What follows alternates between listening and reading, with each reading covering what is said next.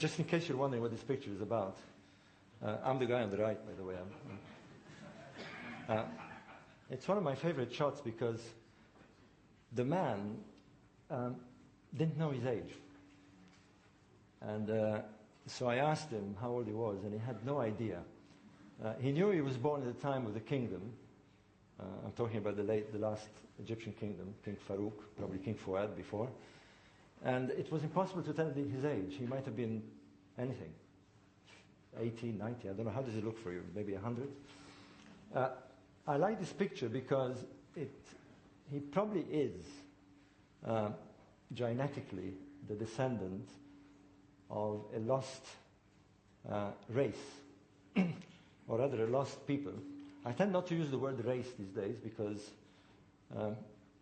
as you may or may not know, but the latest anthropological and genetic research has confirmed us to be all from one source. And let me just snap the other picture. Paul Devereux showed the planet. I'm showing it again.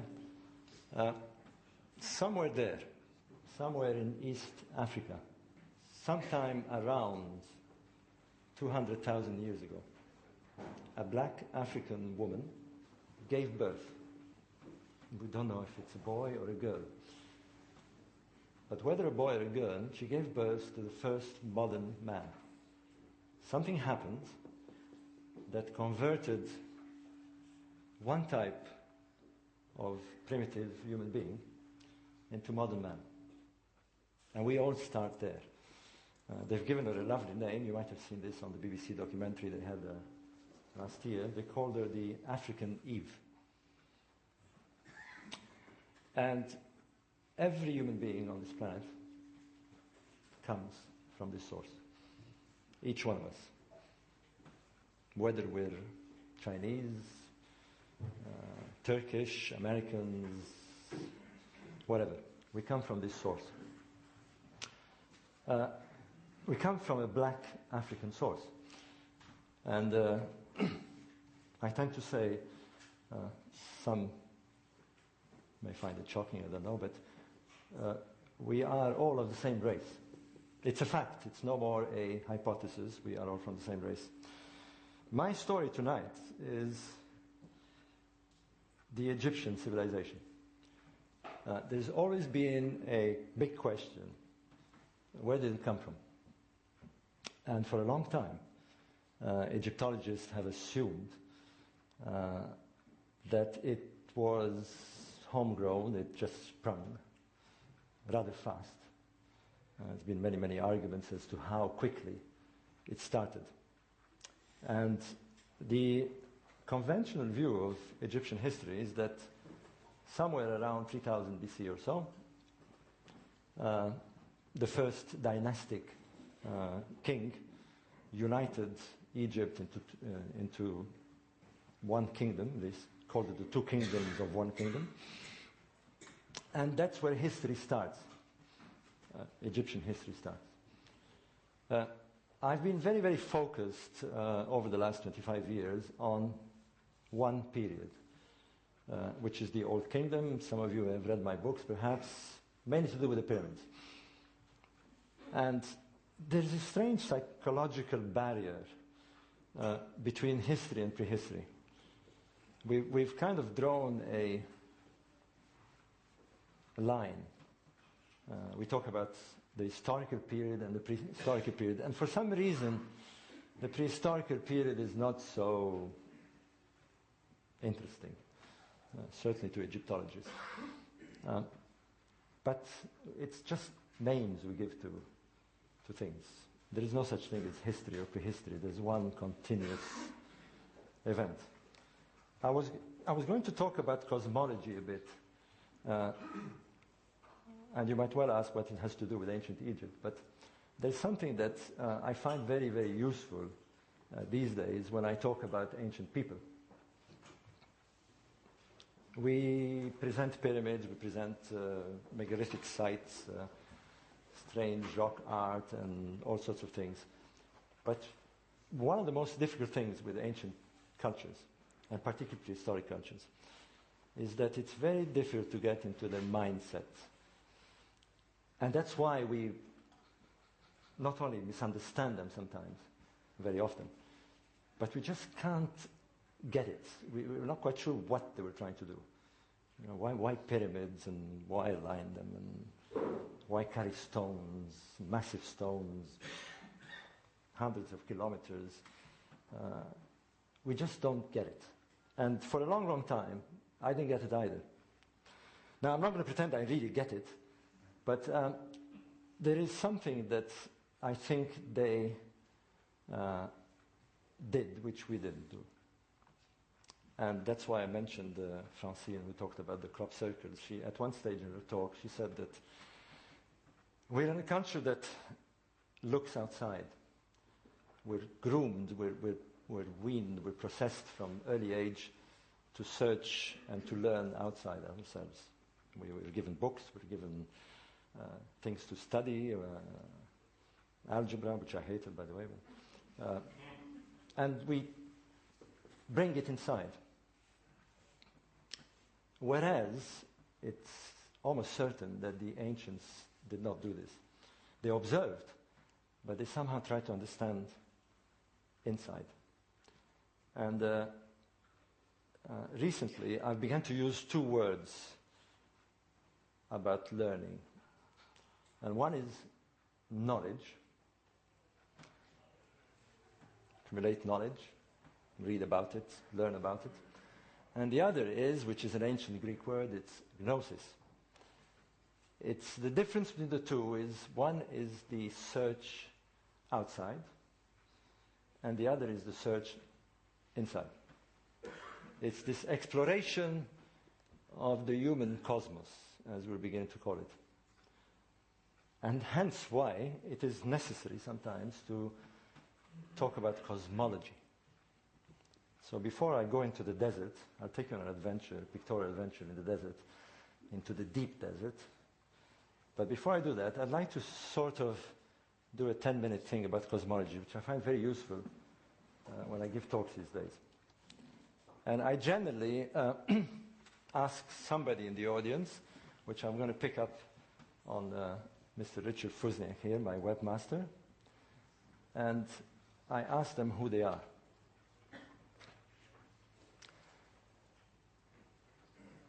We as a culture, we as a Western culture have, and I'm not suggesting you as an audience, but generally as a Western culture, we have stopped, for some reason, asking the fundamental questions.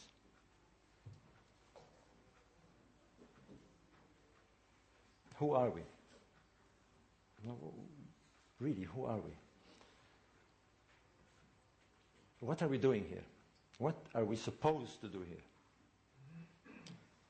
Where do we come from? And where do we go after death? These are the fundamental questions of existence. And they are the same for us.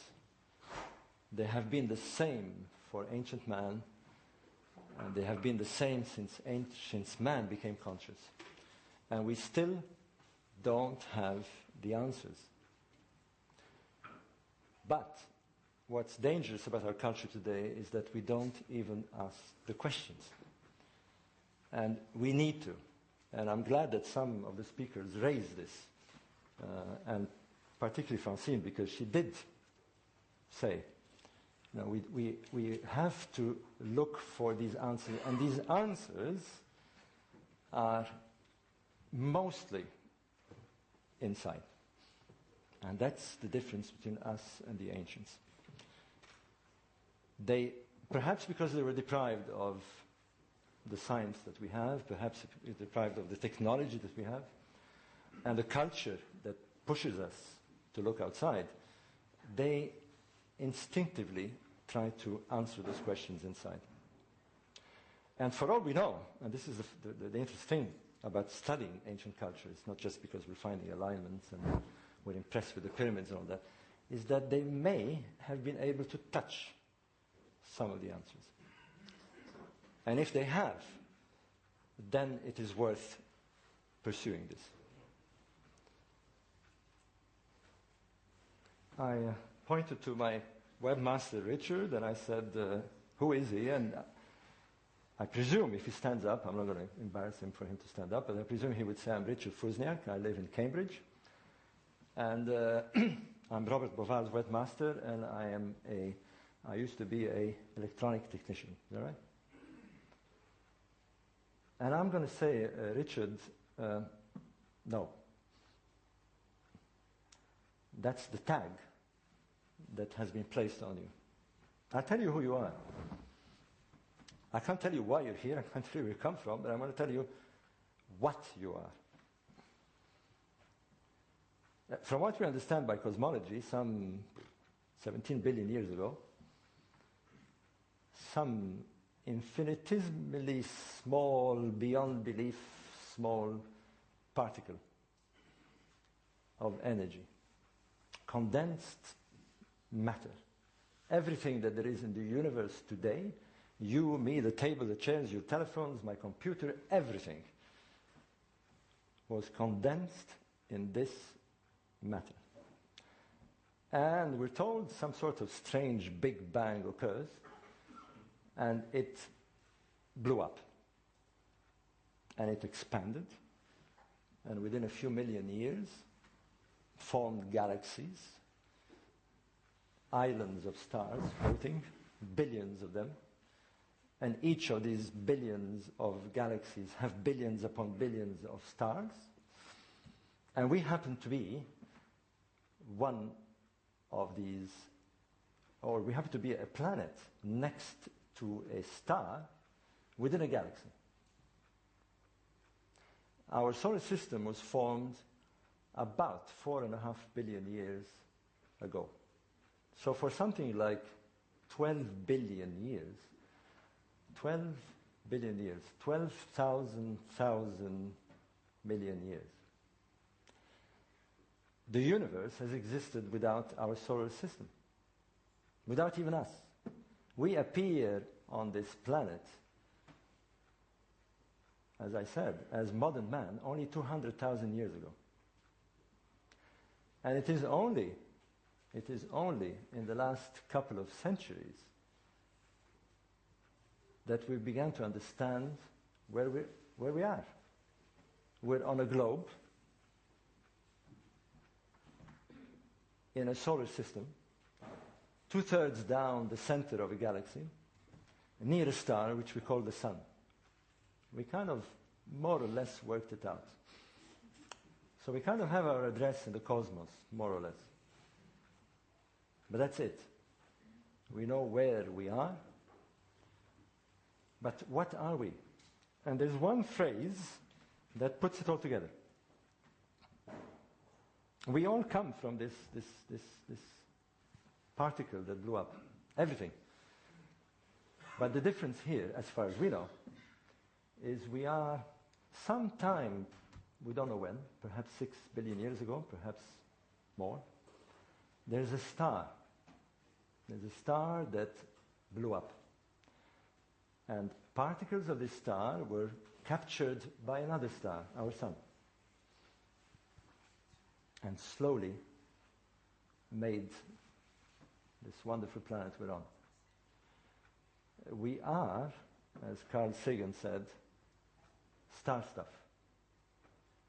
It is not a theory. We are star material. We are star material become conscious. It is as if the universe is trying to find out who it is or what it is. And we're it.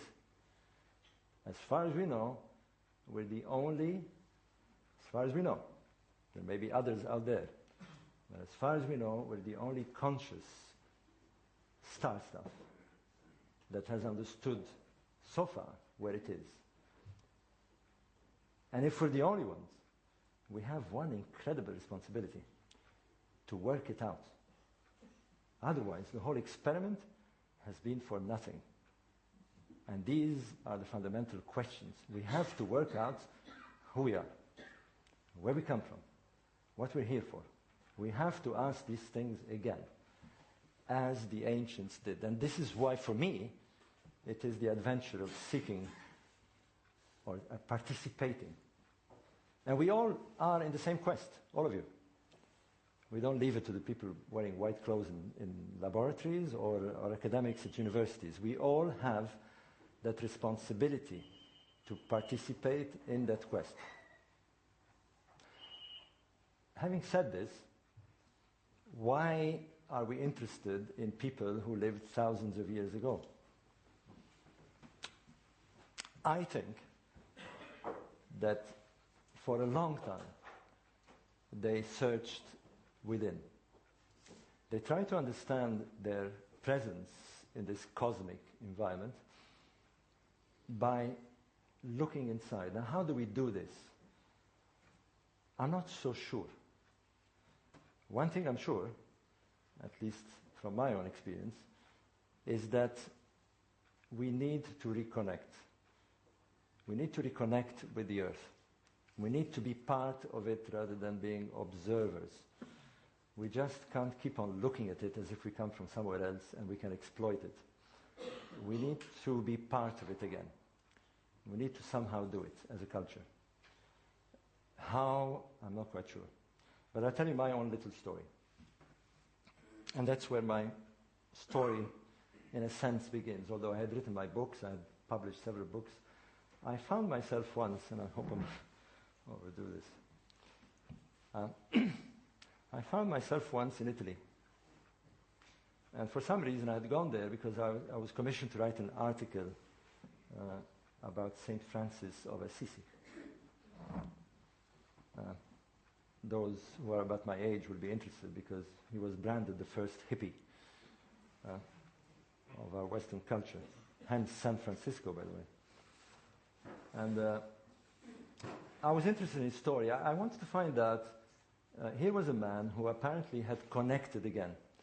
He spoke to animals, he wandered around nature, he walked barefoot, and better still, he tried to convince the Roman Catholic Church to return to what he called the apostolic mission, to return back to being human beings.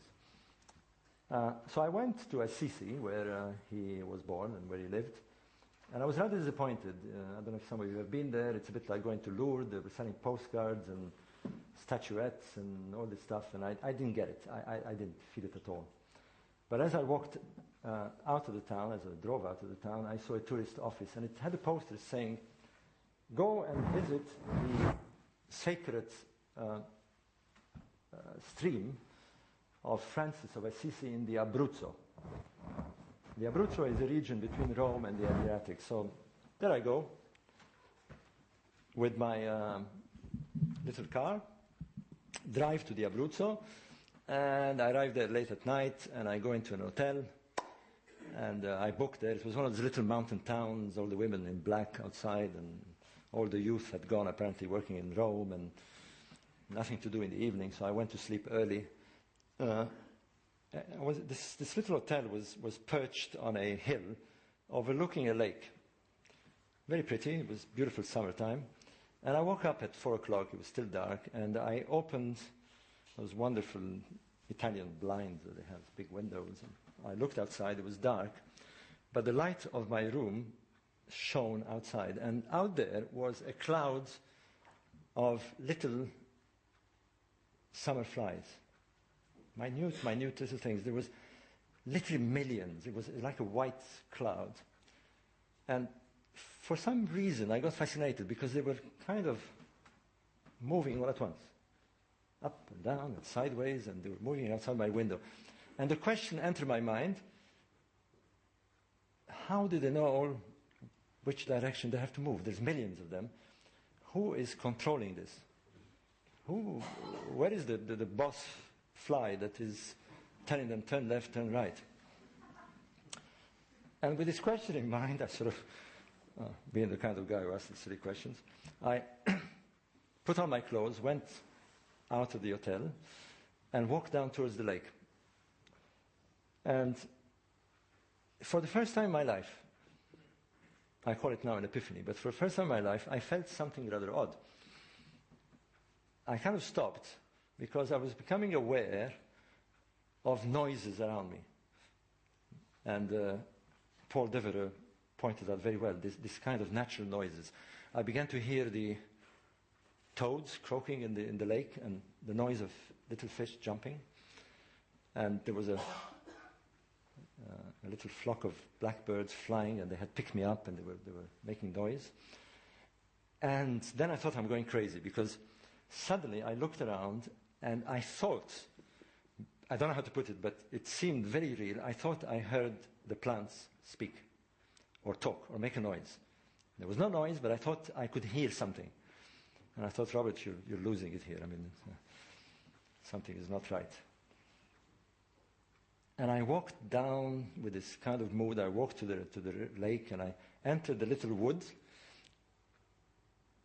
And there was a stream, and I thought maybe this is the stream of St. Francis. I don't know. So anyway, I crossed this little stream, came out of the other side of the wood, and I got the fright of my life. Because about 10 yards from where I'm standing to in front of me was a wild boar, a big one. And they really look big when you see them in the wild, really big. And he looked at me, and I looked at him, and he was very upset. He started snorting, and he had these tusks, and he kind of put his front feet, and it looked like he was going to charge. He began to scrape the ground, and I thought, I'm finished. This is it, Robert. You know, I mean, forget about these flies and the questions and all this stuff. Forget about the pyramids. You've got to get away from this boar. You know, that's it. And how crazy. I mean, my life is going to end up being killed by a boar. Who would have predicted that? And as I'm there, and I wasn't quite sure what to do. I thought I should run in the stream. Maybe he doesn't like water. What do I do? And instinctively, I looked at him. Or her, I don't know if it was a female. And we both stared at each other. It was kind of eyeballing for a few seconds. And all of my being was trying to tell this boar, who was very upset, I don't want to hurt you. Don't, take it easy. And he just calmed down. He kind of slumped, and I swear to God, he blinked at me. And he went. And I thought, I've talked to him. I mean, and for just 2-3 minutes, I'm not quite sure how long it lasted, I felt connected. I don't know how to describe it. I felt like I was plugged in. I felt I was into it again. I felt in. I felt like, and I thought this is weird. I mean, I never felt like this. And I must say, I never felt again like this. I've been desperately trying to feel like this again. But at least I felt it once. And I know how it feels to feel connected. And I hope you already had the experience or will have it. It's a very strange feeling. You suddenly feel like you belong to it. This is it. I'm with it. I'm part of it. I'm the trees, I'm the boars, I'm the whole thing. I'm with it. And I think this is what ancient man managed to do. And when you do feel connected, you know, it's a very strange feeling. It's like the plants are my friends. I don't know, they seem to be with me. The animals, the birds, the thing. It's one of the strange epiphanies.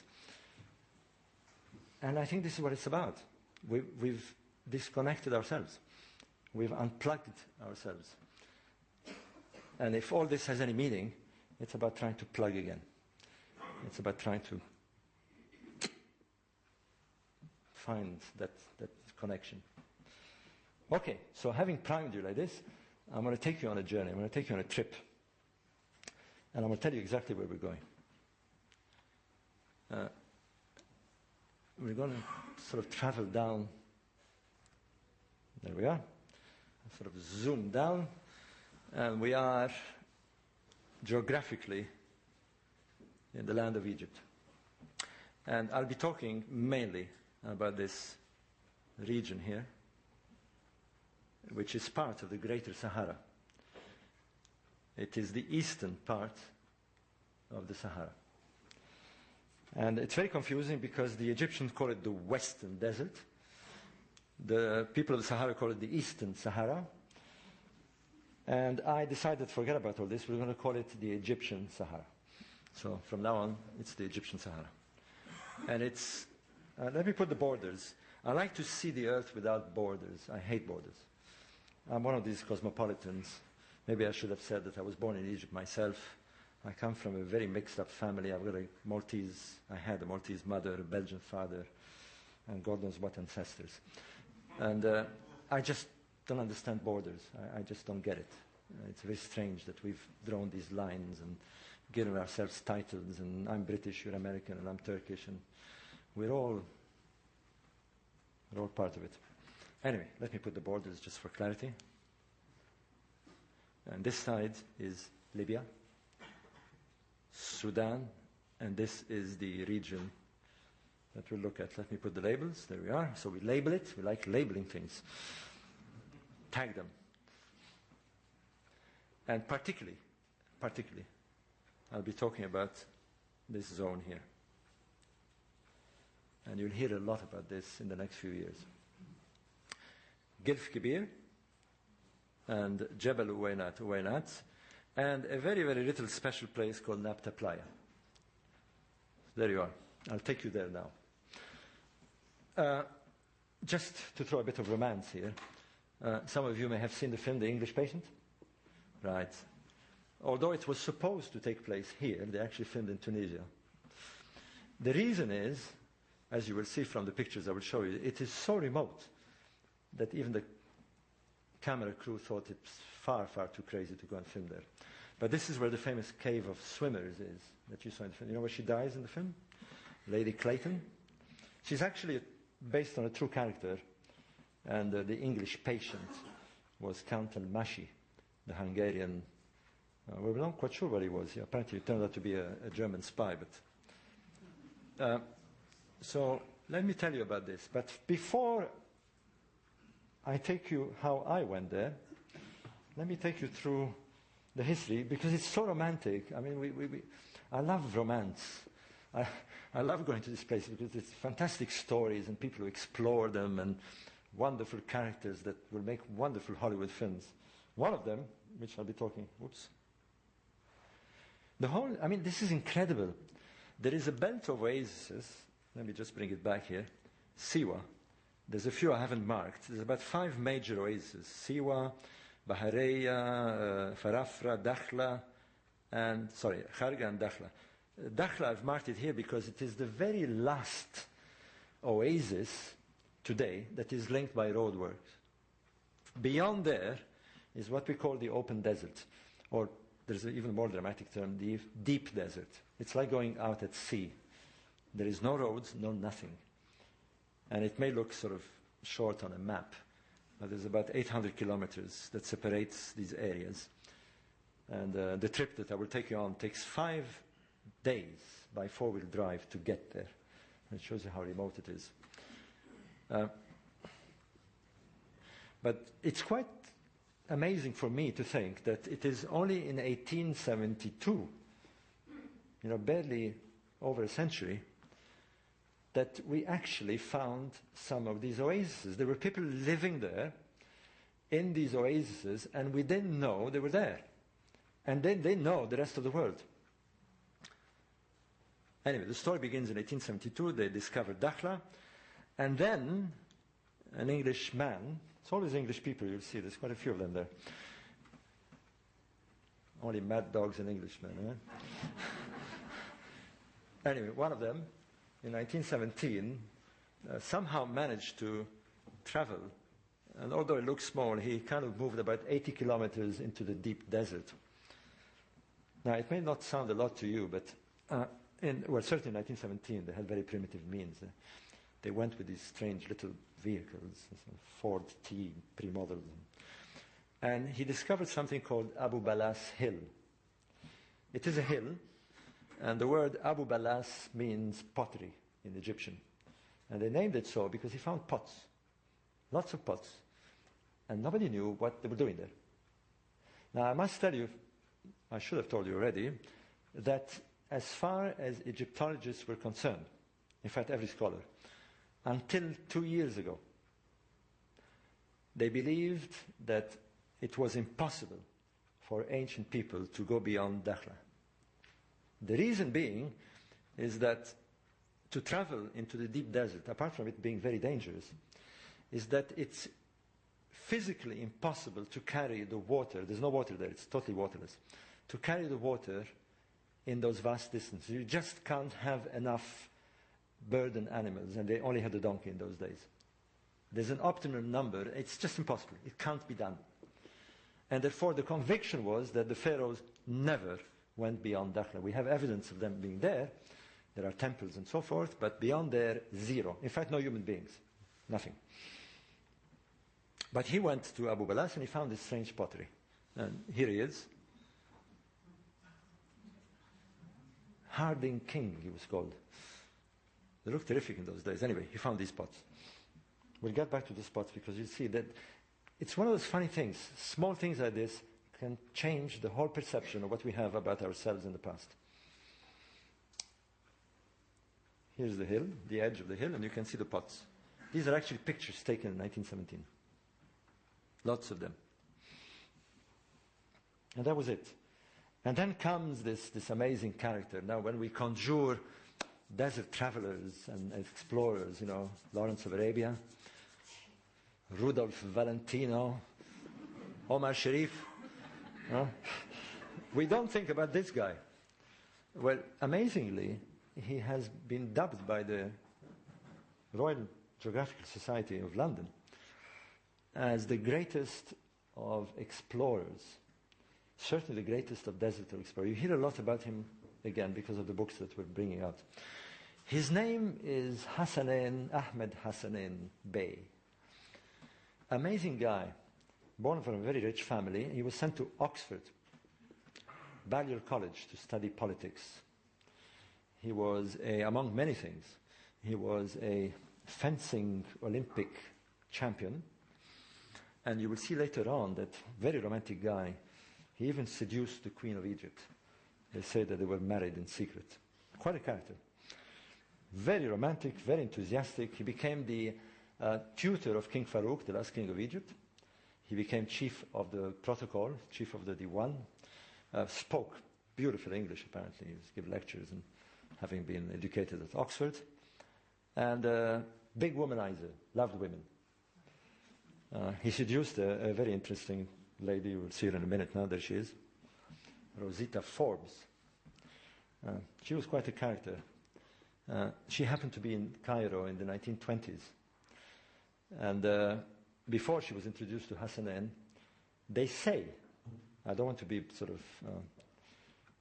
a rumor monger here, but they say that she had a little fling with Lawrence of Arabia. They used to see her a lot, sort of escaping together somewhere in the alleyways of Cairo. But anyway, she was introduced to Ahmed Hassanein. And Ahmed Hassanein at the time had it in his mind, apart from his passion for women and fencing and all this stuff, he had this thing about the desert. It's one of those things. It grabs certain people. I'm one of those. It just gets you. It becomes an obsession. You just want to go back. The Arabs say that you meet God when you go in the desert. And I think they're probably right. There's something that happens. You're just near whatever it is. The crop circle builders, I don't know. You're near whatever it is. And you sense it. Anyway, he got the bug. And he wanted to go and find, there was rumors, there still are, about lost oases. Sort of Shangri-Las of the desert. He wanted to go and explore and discover. He had this bug. And he got permission. In those days it was pretty... But amazingly, he decided to take Rosita Forbes with him. Now, this is 1920.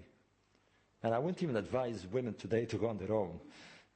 This is pretty dangerous territory, and still the Bedouins are rather kind of shy about foreigners, and certainly about women traveling on their own. But anyway, he decided to take Rosita Forbes. They got permission from the King of Egypt, special papers. And they went in to go, they wanted to be the first foreigners to reach the oasis of Kufra. Now, Kufra, nobody had been there. It's an oasis on the Libyan border. I'll show it to you now. And he wanted to be the first to go there. And so they did. And here's the trip they did. They started off in the edge where Egypt meets Libya at the border here, and they traveled to the Kufra oasis. And they did this journey in 1921. They returned back, and they reached the oasis of Siro and back to Cairo. It took them about 2 months to do it. Hailed as heroes, Rosita Forbes wrote a book called The Lost Oasis of Kufra, and he wrote a book, and he came to give a talk to the Royal Society, except that suddenly this apparent fling that they might have had in the desert turned sour. And I wish I had known Rosita Forbes. She must have been quite a character. She traveled around the world. She went to explore China and did also those wonderful British ladies who traveled in those days. And anyway, it turned a bit sour because she published a book first, and she kind of introduced Hassanein as a kind of glorified guide, really. And he was very much a gentleman, and he didn't sort of contest this. And apparently he gave a talk at the Royal Society and the Geographical Society, and he kind of ignored the kind of commentaries that were being made in the press that he was Rosita Forbes' little boy and all that. But he decided that he was going to do something else. He was going to do the most daring of explorations ever attempted. He was going to start all over again, from here, and he was going to go in search of the real lost oasis, unnamed. There was rumors at Kufra that there was some sort of lost oases with wonderful things there. Nobody had been there, and he wanted to go there. And so again, a year and a half later, he went, set up his base at Saloum. There he is. Wonderful. Sexy, huh?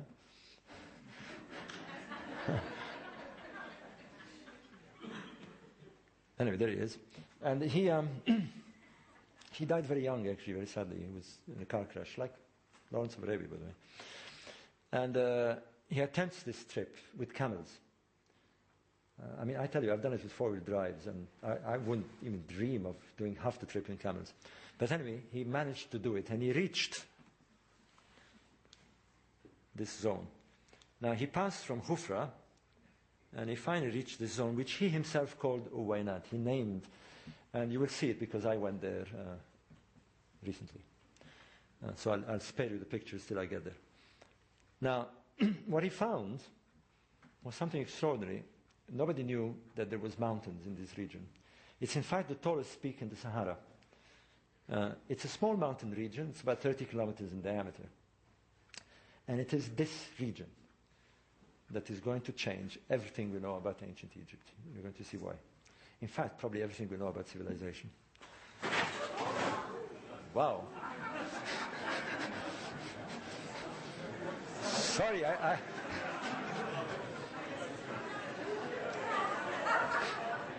it's the Pharaoh's curse.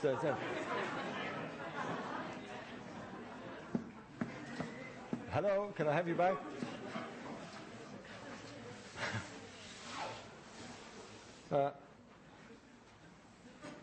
Where was I? So anyway, yes. So he discovered this region, which he called Uwainat. In Arabic, Uwainat means little eyes. And the Arabs use the word eyes to define wells, or more precisely, ponds, natural ponds, because they believed that it was kind of like the eye of the earth. And these ponds, of course, in the desert are extremely valuable. He found the only source of water in this whole region. If you're going to travel there, you want to make sure that you get there, because if you don't make it there, you're going to have water to return. But anyway, he discovered Uwainat. And there it is. It's from Google Earth. That's the region. And that's his path. Now, quite extraordinarily, because he passed on the Libyan border, he missed an even bigger region, which is the size of Switzerland. If you can imagine Switzerland without trees, it is amazing. There's mountains, but no vegetation, nothing, zero. Anyway, when he was at Uwainat, he actually reached this point. And there, here is a wonderful romantic story. It was considered uninhabited. There's no possibility of human beings living there.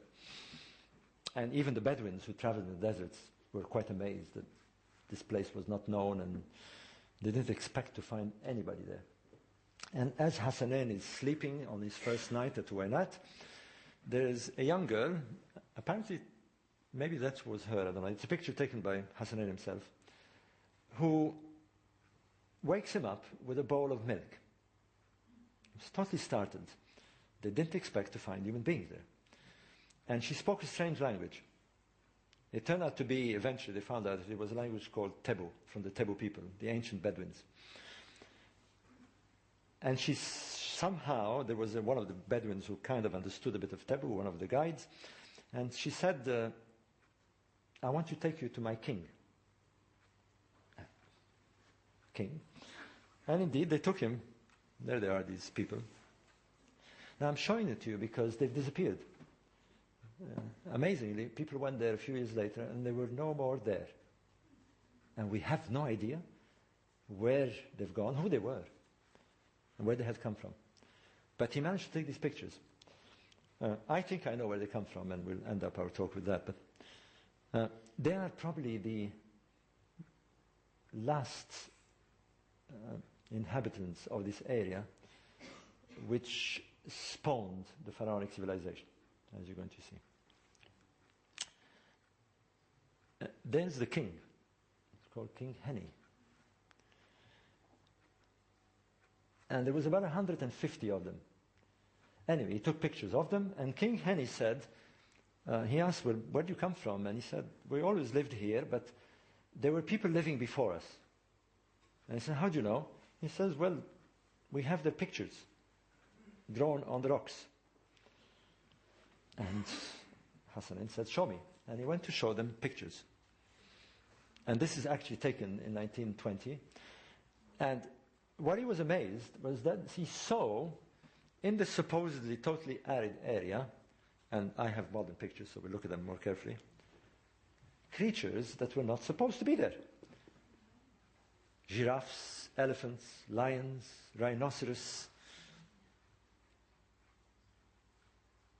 When? And took a few pictures, and he reported this to the Royal Astronomical. This was the first time that we found out, and that's 1923, not only of this area, but that we knew that there were people living in those zones. Before that, like I said, all Egyptologists were convinced that not only nobody lived there, but the pharaohs didn't go there. Anyway, upon his returns, I'm showing you this picture because he seduced the queen of Egypt. Nice looking lady. She died in the United States, by the way, in case you're interested. And she's converted to Christianity for some reason. I don't know why. She was actually half French, but that's another story. And that's another man. He is Prince Kamal Nureddin. He was next to the throne after King Fuad. He rejected the throne because he wanted to be a desert explorer like Hassanein. But he had money. And so, there's this wonderful picture. I mean, it's quite amazing. He had the Citroën company build him this very first four-wheel drive.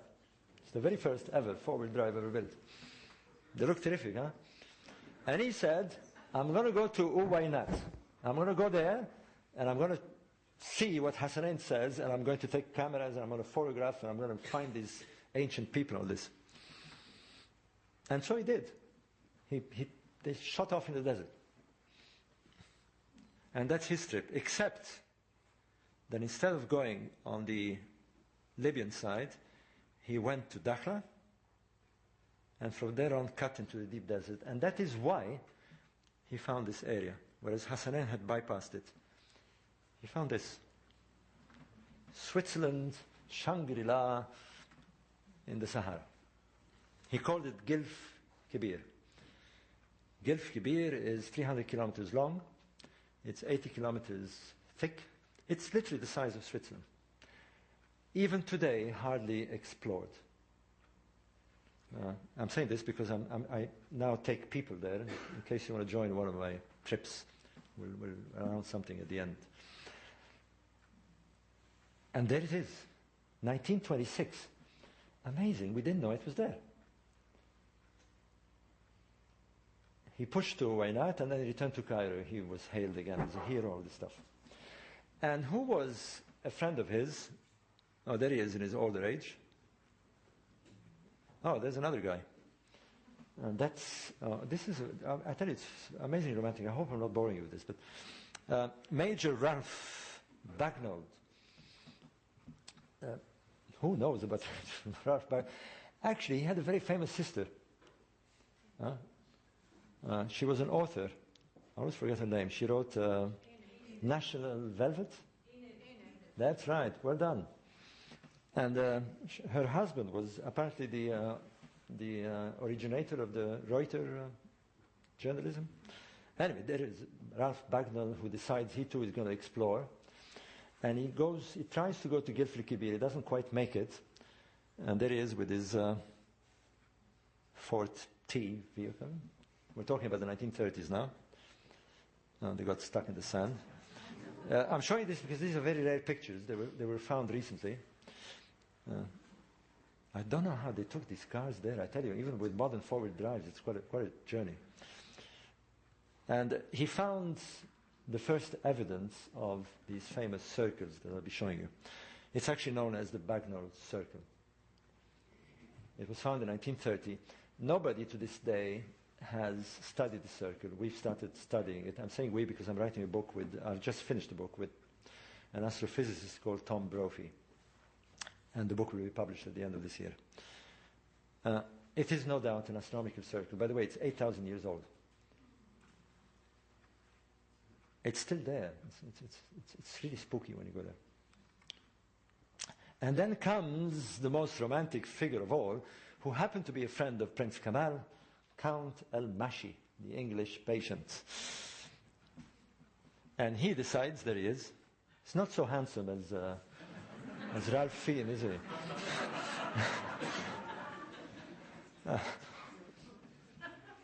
Shows you what Hollywood can do, huh?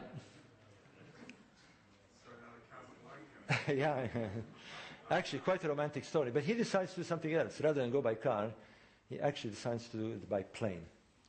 And he convinces two rich aristocrats, Lord and Lady Clayton, who are the characters in the film, and they decide to go there by a little gypsy moth. There it is. And they go to Gilfkibir and they discover the famous cave of swimmers. I've actually slept in the cave of swimmers. I had a wonderful night there. And there they found more of this rock art.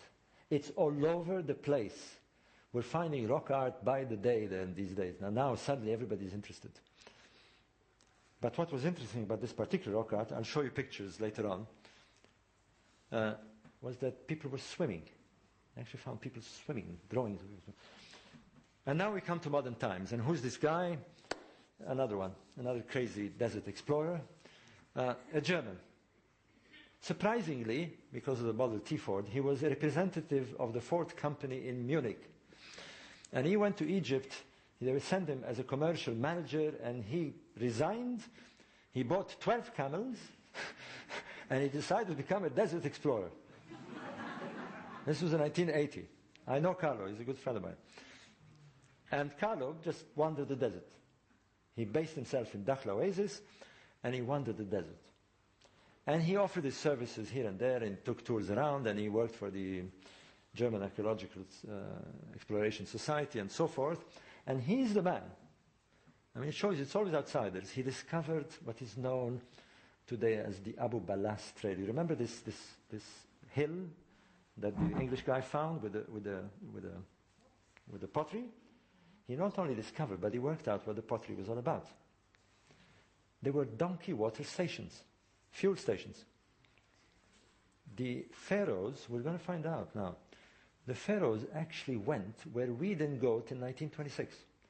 We thought we had discovered Uwainat. We thought we had discovered Gilfi Kibir. Well, we didn't. The pharaohs did it 5,000 years ago. And we have the proof now. And again, two crazy explorers, you will meet them soon. Anyway, Carlo Bergman decides to explore this Abu Balas hill, and he discovered, here's Abu Balas, this Abu Balas hill, and he discovered all along here a trail of small Abu Balas hills, pottery. And it's well accepted now. What the pharaohs did, we know they're pharaohs because there is markings of the pharaohs on these pots. You're going to see some modern pictures of these pots now. They literally lay these pots, and they would go and fill them with water, come back, go to the next station, fill and go back, and they prepare the caravan routes. So when the caravan was ready, they would find these stations, and they would refill the donkeys. In case you're interested, you need 2 liters. The donkey travels at about 15 kilometers with 2 liters of water. Okay? So you have to fill it up every 15 kilometers with water. At least it's water. And that's one of his books. He wrote The Last of the Bedouins, the Lights Bedouin. He regards himself. There's the modern pots, by the way. That's how they look like. They're still there. Trail of them. Well, what he demonstrated was that the pharaohs at least attempted to go to Gilf Kibir. Now, why would they want to go there? In fact, how did they know it was there in the first place? And I know it sounds like, believe me, it's one hell of a track. You really have to be sure that there's going to be something there, at least water. Well, they had their pots, but you had to know there was something there. Otherwise, there's no point of taking your risk and going into the open desert and die. But the conclusion was that the pharaohs attempted to reach these areas, never quite made it, and kind of backtracked. No evidence at all of pharaonic presence beyond there. And that was the end of the story until there's some more pictures. They're all over the place, by the way. It's quite amazing. They're about, these are particular dates to about the 6th dynasty, which places it about 2200 BC. In them, they still found food. Bits of grains and stuff. They actually had stations with food and water. There's from the hill looking down. And there's Carlo at hospital, he overdid it. He went trekking in the middle of winter, and I was telling people, you don't want to do that. You catch these terrible flus and colds, cold of the chest. And there's another guy here. There's Mahmoud Marai, another one of these crazy explorers. And here it is. I'm looking more carefully. Look at the area here. And Mahmoud Marai was contacted by a fellow called Mark Borda. Now, it's very strange. I'm going to run out of time here. Can I keep going? Yeah. 10 minutes. All right. Okay. Mark Borda is a Maltese businessman. He met me in 1998 on one of my tours. And I never heard of Mark Borda since. And in December 2007, I got a call from Mark Borda. I had completely forgotten about him, saying, Robert, I've been exploring the Sahara. What have you been doing, Mark? And I said, no. He's one of these confirmed bachelor guys, Phineas Fogg type guy. And he just uses his money to explore the Sahara. And he did the same thing as he became friends with Carlo Bergman, and he bought some more camels, and off they went. And he contracted this guy, Mahmoud Marai, who is also another explorer, and they decided to go to Jebel Uwainat. And basically what they wanted to do was find some more of this rock art that had been reported and take pictures. And off they went. Here they are. Romantic guys. This looks more serious now. And you can, look very carefully between them. I'll show you where they actually went. They were quite courageous. They actually crossed the Sudanese border. There's no real border there. I mean, it's just a line on the picture here. It's just desert. And they crossed here, and they went on the south side of Jebel Wenat, and somewhere here, and the picture is taken there. Sorry, here it is. This picture, this moment, will change everything we know about ancient Egypt, because they found, for the first time, look very carefully, hieroglyphic writing. The pharaohs went there. It's actually a cartouche of King Mentuhotep II. And here it is. I have to go back to another story. God, 10 minutes, I'm not going to do it. Because the pharaohs told us that they went there and the Egyptologists wouldn't believe them. Except they had different names. In the 5th and 6th dynasty, there is a man called Harkuf. Harkuf lived in Aswan. He was the governor of Aswan in Upper Egypt. And for some reason, the pharaoh, Pepi II, who was a boy pharaoh actually, like Tutankhamun, gave him orders to go and explore the kingdom of Yam. And so he did. He did 4 expeditions. He even tells us that he took the Oasis Road. And yet the Egyptologists were utterly convinced that the kingdom of Yam was somewhere between the 1st and 2nd cataract on the Nile in the Sudan. And they have it marked on the Egyptological maps and all that.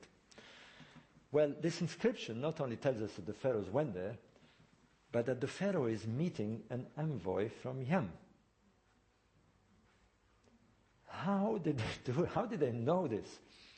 It completely changes our picture about these people. Not only the geography of Egypt suddenly blows itself, but they went to meet this people of Yam. Who are these people? And let's see if I have a picture of the inscription. I don't know if you can see it from there. Let me get closer.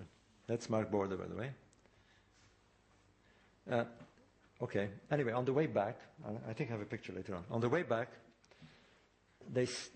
now what these guys do, which Egyptologists do not do, they actually go on foot. They actually go on foot or ride camels. You have to do that, otherwise you're not going to make discoveries. This inscription has been there for 4,500 years. Nobody had seen it. They only found it because they went on foot. This is the new way of exploring in the desert. We're introducing this foot exploration because it's no use going with 4-wheel drives. You're going to miss everything. And as they went on foot, and I'm talking about like 60 days later, they look a bit haggard there, they decided they explored the edge of Jebel Wenat on the north side, and they stumbled in a cave. There it is. And it's the most extraordinary cave. I've been there recently. I'm the second person visiting this cave. The drawings are something else. The artistic quality of these prehistoric people. And we can't date them. We can't date them. There's apparently a very strange technique. It's beehives.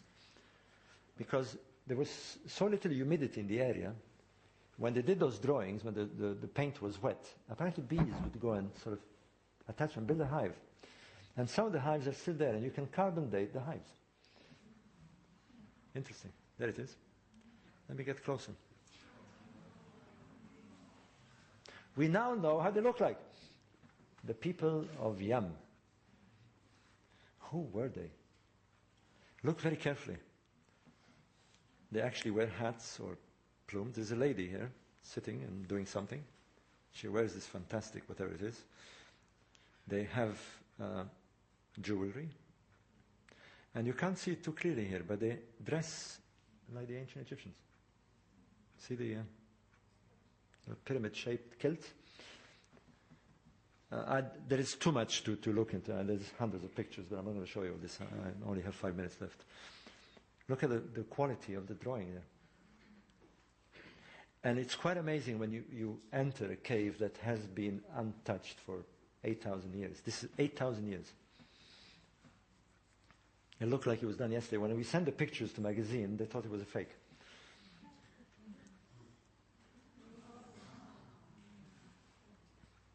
Anyway, so Mark Borda phones me up and says, go and meet Mahmoud Marai. And we found these inscriptions. And I knew immediately what it meant. The pharaohs went there. But then I knew the story of Harkuf. Harkuf says not only that he went there, he went to meet the ancestors. He went to meet what they call the Ahu people. The Egyptian word for Akhu means spiritual people, but they refer to them as ancestors. They knew their ancestors. So I had to go there. I just had to do it. And I asked Marai to organize an expedition for me. And I'll take you through the pictures very quickly because some of you may be interested to join me on my next one. It's tough stuff. So it's not for those who don't like sleeping outdoors, and particularly those who like to stay clean. You can't wash for 12 days. I'm looking at the ladies in particular. You can just about rinse your face, but because we have to take the water, and it's huge amounts of water that we can only. There we are. We did the strip, so we reorganized the strip to reach Wainat, and we drove to Dakhla. It takes an overnight trip to reach Dakhla. You sleep at Bahariya. We prepared our gear there, and off we went to look for this kingdom of Yam. There's the expedition. This is Tom Brophy, by the way, my co-author. And we took two ladies, by the way. One of them is my wife, Michelle. Michelle is very French, and she took a long time to persuade her to come. They thought it was going to be... Actually, it's not that bad. It's not that bad. I'll tell you one thing. It's very strange how very quickly you get into... I don't like to use the word primitive, but you get back into nature. It's very, very quick. You know, within 2 days, suddenly everybody knew what they were doing. And I'd see them wandering in the morning with a little toilet paper and go behind a dune and come back. And it's very strange, but they did. And suddenly everybody knows what they're supposed to do automatically, and we go and pick wood if we find, prepare the fire. And there's Mahmoud. We're now, well, I'm skipping a lot because we're moving into deep desert. We're on our way to Gilf Kibir. Tom Brophy here. We're stopping at the various...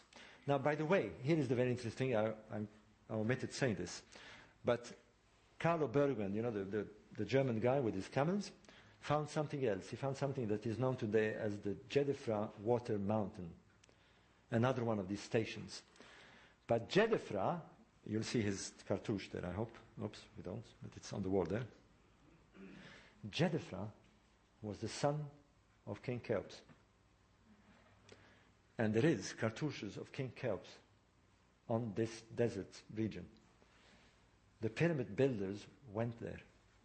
And we had no idea of this. That's me. And there we're at Bagnall Circle. Remember that Bagnall Circle? Tom Brophy and I are now actually measuring it and we reached Gilf. We pretty exhausted by that time. That's 6 days without washing, in case you're interested. We sort of kept away from each other, you know. We're now camping in the Gilf. There's the cave of swimmers that you saw with Al-Mashi, Count Al-Mashi. There's the swimmers. Do you see them here? They're diving and having a good time. And it's very difficult to describe, but I'll try it. It's like visiting another planet. You get this very strange feeling after 5 days of trekking in the totally uninhabited regions. No signs of civilization, nothing. And you reach this place, and it's like being in a different planet. But what is interesting is that you're kind of meeting, at least in this form, people who are there. And there is a sense, again, it's hard to describe, there's a sense of timelessness. It doesn't matter what century you're in. You feel like part of that process. You're one of them. You have to go there to sense this. It's, again, one of these strange connections. There's these rock arts. There's the only thing that indicates you're entering the Sudan. We had to enter illegally, by the way. But so what? We're now at Wainat. Very eerie. Very eerie. I can tell you, it's kind of very strange. You feel like every corner you take, you might bump into some strange person. You know, I don't know. It's one of those feelings. It's like, I don't know, it's like feeling that you've landed on Mars. It's one of those things. By the way, I was telling one of the geologists here who were talking about this. They're actually, NASA studied this region because it actually resembles Mars. Anyway, See those two peaks there? We give them names because these places have names. So we started calling them the two peaks and Borda's Rock and stuff like that. And there is Mahmoud showing me the inscriptions. And there it is, with Brophy and I. Now, okay, the pharaohs went there, there were people there, there were ancestors. But did they really kick off the pharaonic civilization? I mean, how can these seemingly primitive people cause the pharaonic civilization? And I'm going to go very quickly because I'm not going to be scolded here for my time. But here we are, the region. Pharaohs went there. But here is another region. And you will certainly hear a lot about this, Nabta Playa. Nabta Playa was discovered in 1974. For some reason, it took till 1998 to realize that it was an astronomical site. They call it the Stonehenge of the desert. There are megaliths there, but they're not as big as Stonehenge. But it's one of those things. It's not so much their size. It's what they mean. Because what they found, as they started finding this in 1998, is that they have astronomical alignments. There is one of the stone circles. Very strange stuff. Very strange stuff. No signs of human beings, except what they left us. A bit like Stonehenge. Just the rocks. But here they are doing strange stuff. We found tumuli. We thought they were going to be tombs. Excavated them. They buried 2-ton rocks. Why they would do that? And they would bury the rock 3 meters down, cover it with the tumuli, and when we removed the rocks and went under, we found a natural outcrop that was hand carved. Now the sediment to cover up to that level, we know that the bottom was exposed maybe 12,000 years ago. These people were there 12,000 years ago. And their presence there was till about 3,500 BC. They stayed for thousands of years. And what they did, which we never would have suspected, they not only observed the stars, the main reason is that they moved big distances and they had to learn how to navigate, but they tracked them over time. It's the first evidence that we finally have that ancient people, thousands of years before the pharaohs, tracked what we call the precession of the equinox. Hard proof. I don't have time to go into all that, but here's one of these strange rocks that, by the way, this is a fellow called Fred Wendorf, one of the discoverers from the from the University of Texas, the Methodist University of Texas. It actually looks strangely like a cow if you look at it. It's fashioned by human hands, there's no doubt about it. It had a natural split. Unfortunately, it split into two. There's the large megaliths all over the place. These guys dragged tons, and we really have no idea why they were doing it. It's riddled with these stones all over the place. Comes in the astronomer Kim Melville, and he's the one who discovered all the alignments. The stone circle that you've seen has solstitial alignments to the summer solstice. There's a line of sight, and one to the meridian. There's no doubt. It's an astronomical circle. 29 stones, of course, the lunar month. By the way, the Bagnall circle, we now know that they're both tied, and they're 700 kilometers apart. The Bagnall circle has 29 stones and has astronomical alignments. Come in Tom Brophy. What Kim Melville discovered, not at the circle, they found that there were lines of stones, about half a kilometer long, some of them pointing eastwards, and some of them pointing northwards. Now there is 3 constellations, and only 3 constellations, and we know for sure that the ancient Egyptians, the pyramid builders, used and observed for their rituals, for their sightings, for all the things that they did for their religion. In the north, the Big Dipper. In the east, Orion and Sirius. And what they found there is exactly those 3 constellations being tracked over thousands of years. They were not only observing the same constellations, they were tracking them. I don't want to go into too much of the mathematics here, but you'll be hopefully reading my book. Here's one of the alignments, one of the megaliths, and you can't see the distant ones. They shoot towards the east, and so we're observing. I have to go fast here. Sundials, 8,000 years ago. Strange mushroom-shaped megaliths. We know that they were put there by human hands because the rock is not natural. It was carted from about 300-400 meters away. There you are. I'm going to have to close, but what we now think, this is it. This is the bottom line, is that I remember I spoke about 200,000 years ago, somewhere in the east, this woman gave birth, spread around the world, you are it. But one group,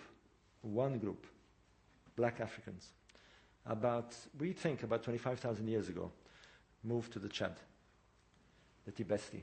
The reason we think that is because not only, you can see the route here now, Wainats, they probably came down. We know this because we found the same rock art at Tibesti Mountains. Very mysterious region. This is the next expedition I'm going to try and do. It's very dangerous. There's a civil war going on there.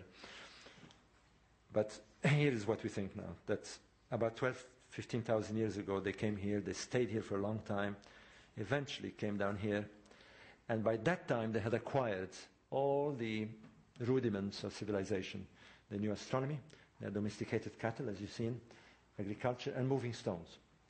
They entered the Nile Valley probably at around 3,500, maybe 3,800, injected this knowledge in a hunter-gathering society that was there, and lo and behold, we have the Egyptian civilization. I'll stop here because I'm well over my time. Thank you very much. It was fun.